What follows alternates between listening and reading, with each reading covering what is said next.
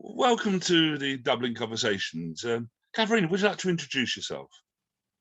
Thanks, Andy. Yeah, my name is Katharina Wolf. I'm an associate professor and lead of the public relations program at Curtin University in Perth, Western Australia. And I'm also the chairperson of the Education Committee for the Public Relations Institute of Australia. Thank you there, Katharina. I'd like to sort of take you through what we call the 5 steps to the Dublin window and really sort of take you on a journey and really get your responses on the 5 steps and your observations and reactions. And so, a second here. Right. So we're describing a world where whether you work in public relations, advertising and marketing or communications, journalism, there's been paradoxical change of greater fragmentation and convergence. And there's a need to rethink ideas like advertising, journalism, marketing, public relations and more, and either rejuvenate them or replace them with better ones. And we're also a place where we've got immense new knowledge from different sources. And so we've got potential sort of create a new framework of thinking. And we're going forward to look for how can we co-create new ideas to both do our jobs better and also rise to the society's wider challenges of growing distrust, divisive tribalism, or not being able to come together to tackle our big challenges. So we're engaging on a journey of what if we can unlearn some of our existing thinking to maybe then look anew and develop new ideas. What does better look like? So we're on a Dublin conversation, and let's take our 5 steps to what we call the Dublin window going forward.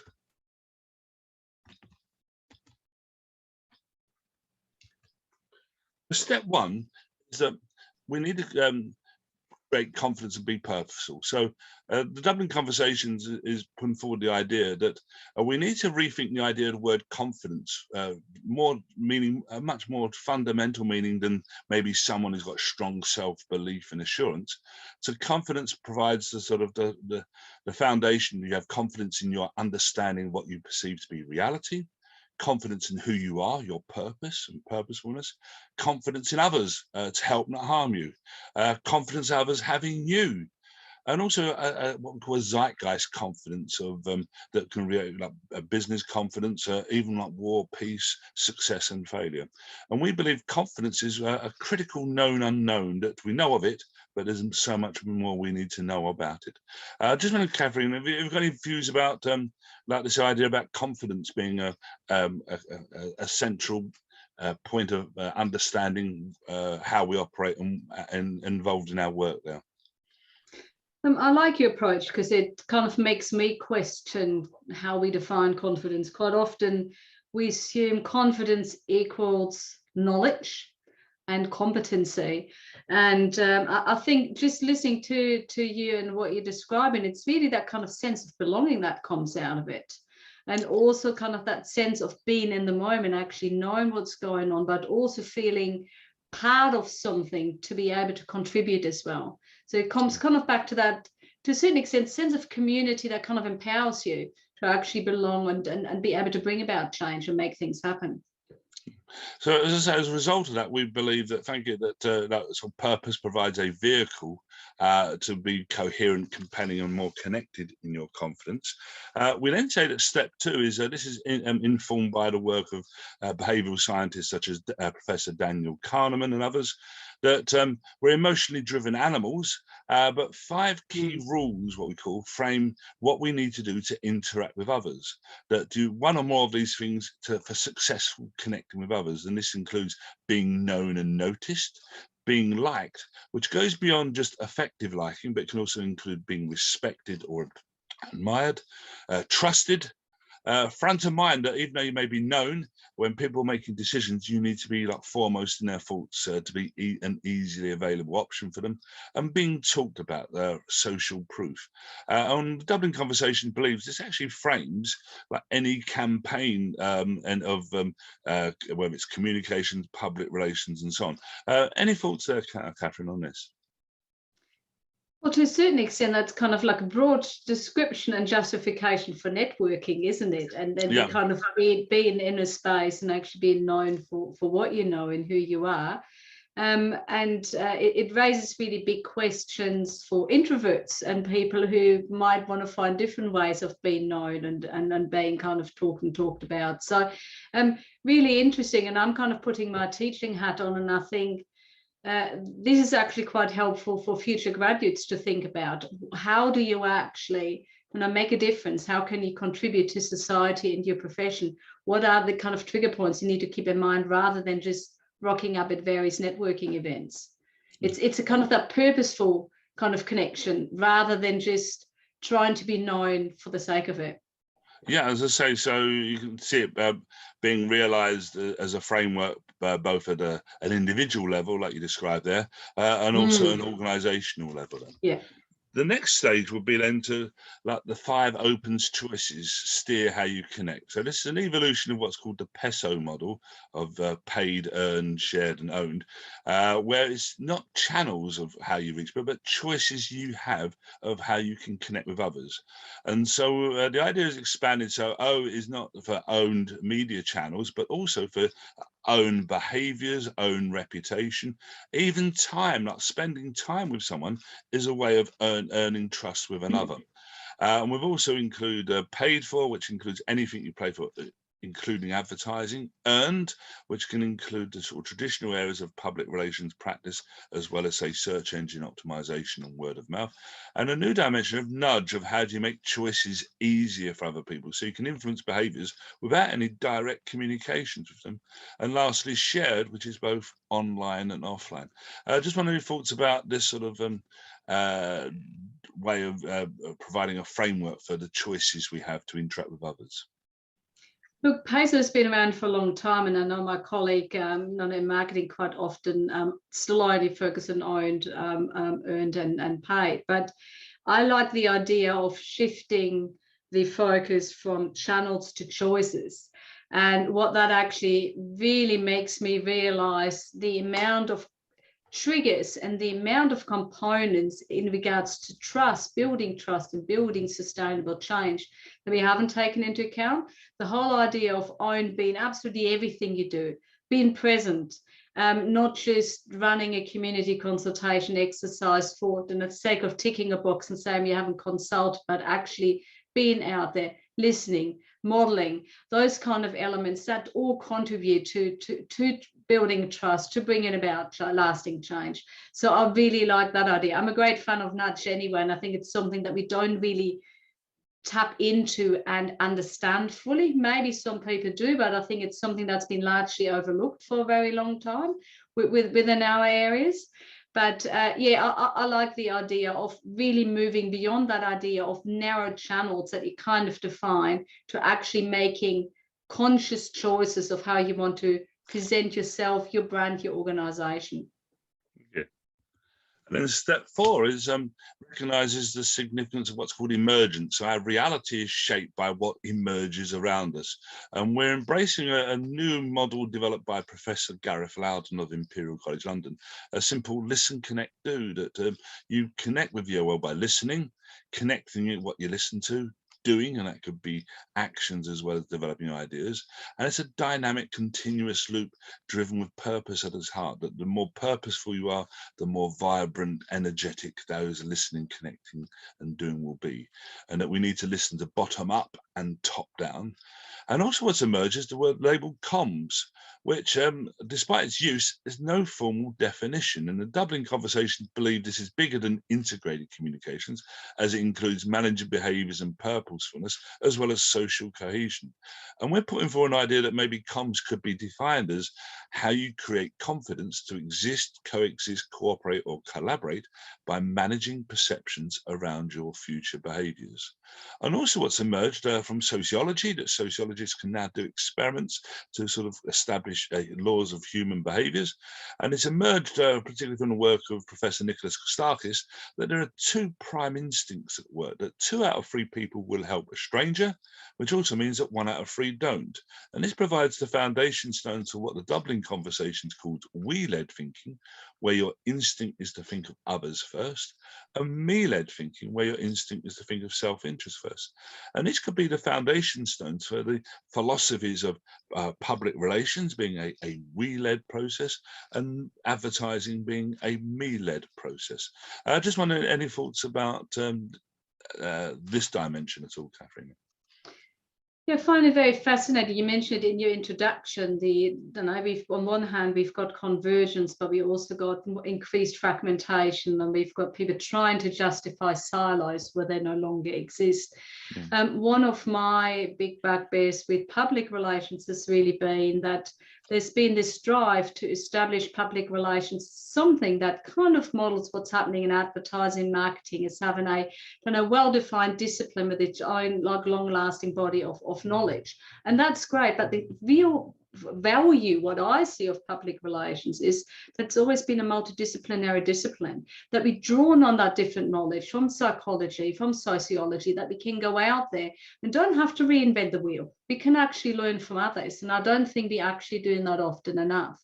The bonus I see here in terms of purpose, when you were talking, if you feel purposeful and connected, you are listening and engaging in a very different way. You've got that glow because you actually know, you have got that ingrained passion and enthusiasm that actually gets you to proactively listen, to engage, to connect with others. So I think purpose really being at the core of everything, that's the key in terms of bringing about change, but also in creating meaningful communication, if you call it comms or communication. Yeah.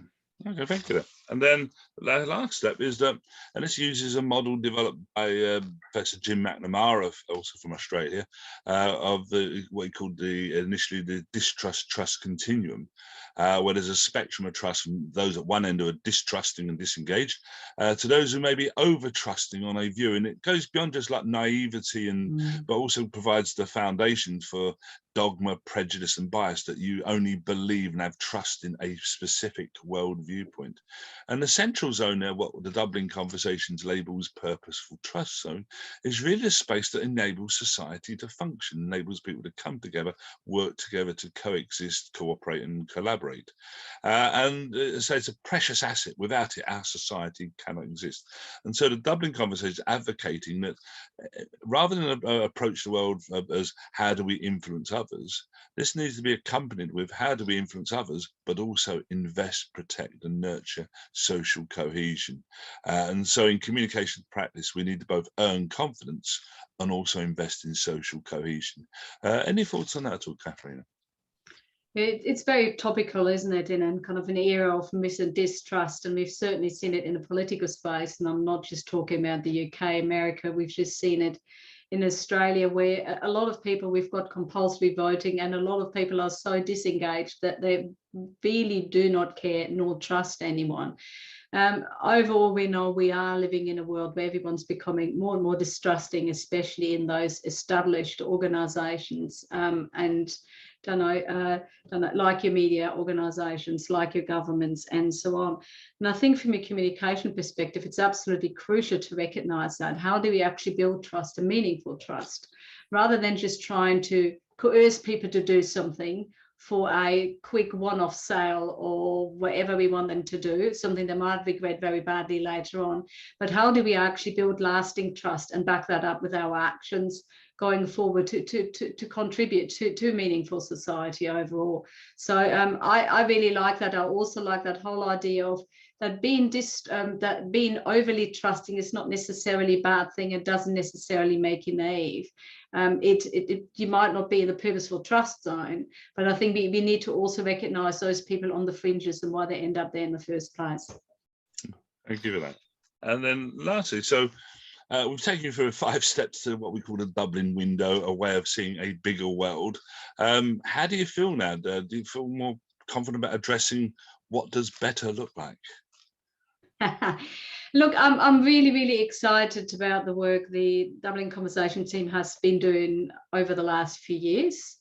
And I'm even more excited that all these tools I've been able to have like a quick look at, or I've engaged certainly with your purpose workshops and other great initiatives, that they're going to be more widely available. And it's something I've been really looking forward to, because I see such a broad range of applicabilities for these, and certainly from a teaching perspective, but also in an industry context.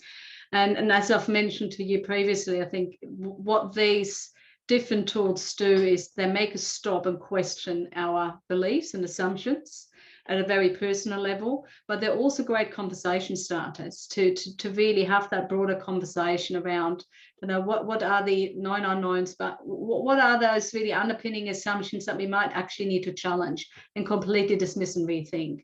So I'm extremely excited about not just this window into the Dublin conversations, but actually seeing the whole set of tools actually opening up to the world at large. Okay.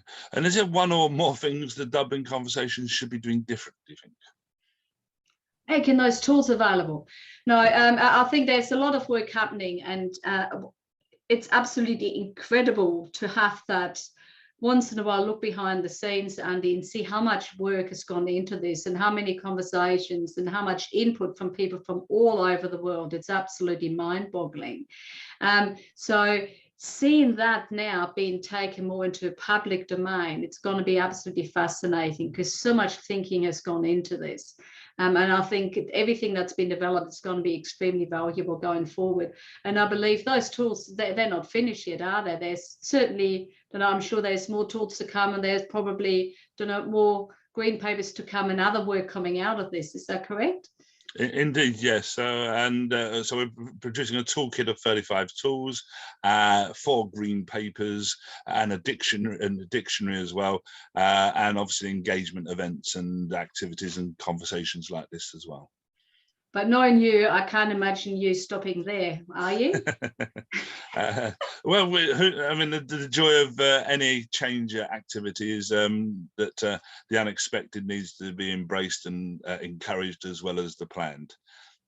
Yeah, look, I think it's not even the unexpected thing, but out of those conversations that are going to be generated out of people engaging with those tools and out of the papers and the dictionary, there will be kind of other ideas emerging. Indeed. And taking those even further. So I think this has been an enormous amount of work going into this, but it could also be the start of something even bigger, kind of just Indeed. Rolling on and bringing more people into the fold. So I'm extremely excited about this. Being on the other side of the world, I've been very lucky to tap into the various tools in your work from time to time. So I'm very excited to actually see that broader access to it.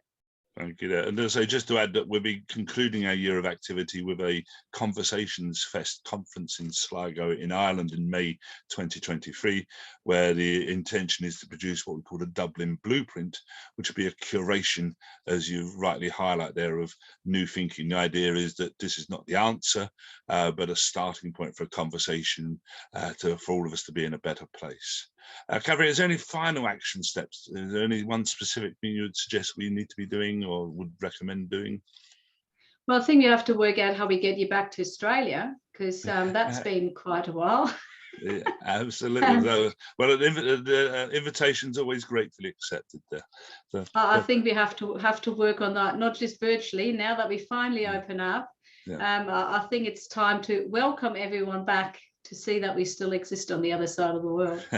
I'm sure very much there in our thoughts. So, Katharina, thank you so much, and really appreciate your sparing valuable time and your valuable insights in going forward there. Thank you so much.